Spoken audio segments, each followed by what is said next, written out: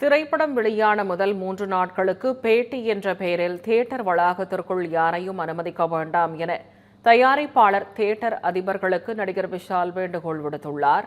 இது தொடர்பாக சென்னை கமலா திரையரங்கில் நடைபெற்ற ரெட் ஃப்ளவர் படத்தின் இசை வெளியீட்டு விழாவில் அவர் பேசியதை மினி டாக்ஸ் பகுதியில் பார்க்கலாம்.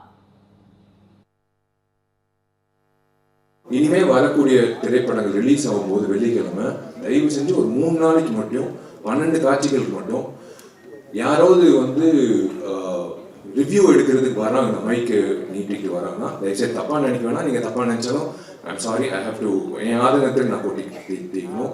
நீங்க ஒரு டிக்கெட் வாங்கிட்டு உள்ள வந்துட்டு படம் பார்த்துட்டு நீங்க அந்த மைக்கை நீங்க நீட்டிட்டு உங்க கருத்தை நீங்க சொல்லிடுங்க. ஆனா தயவு செஞ்சு அவங்கள ஒரு 3 days மட்டும் வெளியில தப்பா நினைக்க வேணாம். உள்ளார பிரமிசஸ் இல்லாம வெளியில அவங்கவுங்க வண்டி வாகனத்துல ஏறி வெளியில போகும்போது நீங்க அவங்கள போய் நீங்க வெளியில கேட்டுக்கோங்க. அவங்களோட ரிவ்யூ கேட்க வேணாம்னு நான் சொல்றேன், வெளியில கேளுங்க. ஆனா தயவு செஞ்சு ஒரு 3 நாட்களுக்கு மட்டும் அந்த 12 காட்சிகள் மட்டும் எக்ஸிபிட்டர்ஸ் அசோசியேஷன் நான் ஒரு வேண்டுகோள விண்ணப்பமா வைக்கிறேன். உள்ள மட்டும் கொஞ்சம் ரிக்வெஸ்ட் பண்ணி உள்ள எடுக்க வேணாம்னு சொல்லுங்க, வெளியில எடுத்துக்கோங்க. விமர்சனங்கள் கண்டிப்பா யார் முதல்ல விமர்சனம் போடுறதுன்னு ஒரு போட்டி இருக்கும், அது தப்பே கிடையாது எல்லாரும்.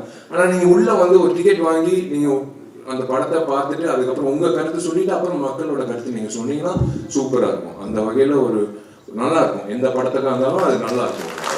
ப்ளீஸ் தயவு செஞ்சு கண்டிப்பா ரிவ்யூ வேணும். அந்த ப்ரீதிங் ஸ்பேஸ்ன்றது ரொம்ப முக்கியம். ஒரு 12 காட்சிகள் விட்டுருங்களேன். அந்த அதுதான் ஒரு திரைப்படத்துக்கு இவ்வளோ உழைச்சிருக்காங்க. அது கண்டிப்பா அது ஒரு நீங்க கொடுக்குற சப்போர்ட் தான்.